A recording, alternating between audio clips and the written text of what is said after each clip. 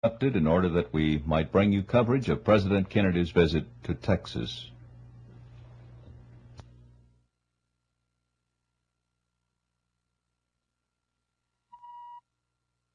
Await the arrival of President and Mrs. John Fitzgerald Kennedy from Carswell Air Force Base in Fort Worth.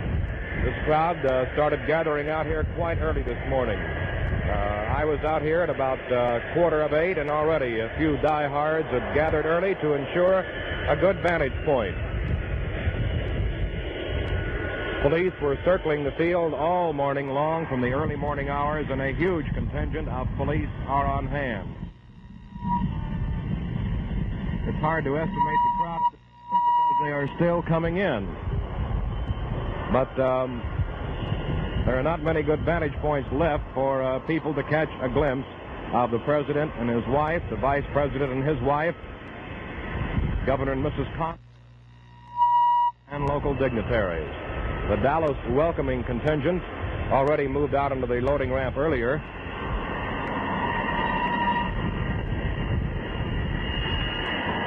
Commercial jet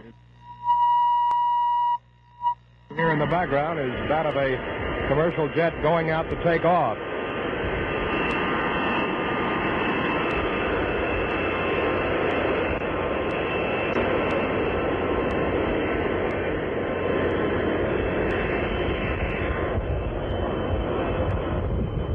Few signs and evidence among the crowd, and mostly friendly.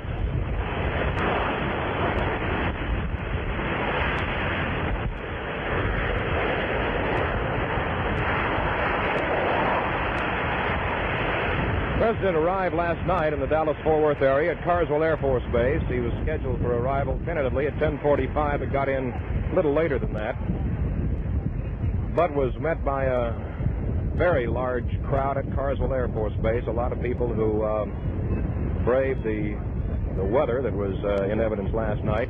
They mentioned here it's cleared off beautifully at Love Field. Out here earlier this morning, the weather was a problem because it was raining off and on, scattered showers.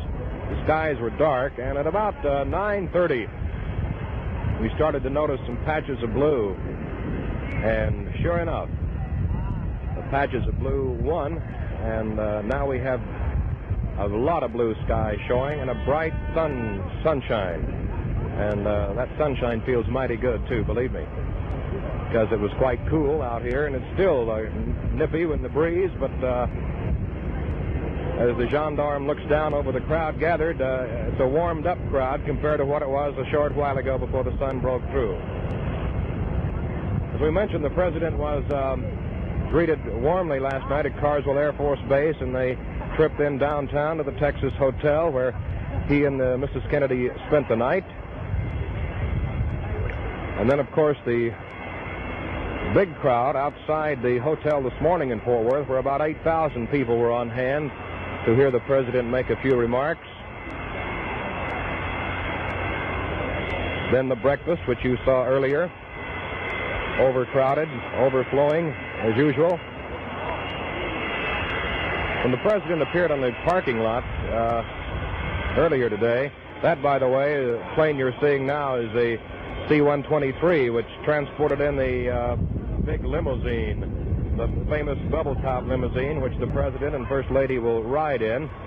However, that limousine now is down in front of the welcoming ramp, and yes, I can see it from here, and it does not have the top up, so our information from some of the Secret Service men earlier was correct, that depending on the weather, if it's nice weather, no rain, top would be down. So evidently, for all of you people who will see the parade downtown, you'll see a glimpse of the President and First Lady in the flesh rather than through the bubble-top glass on the outside. As I mentioned earlier, the President did step outside the Texas Hotel in a parking lot this morning where 8,000 people were gathered to hear him speak briefly.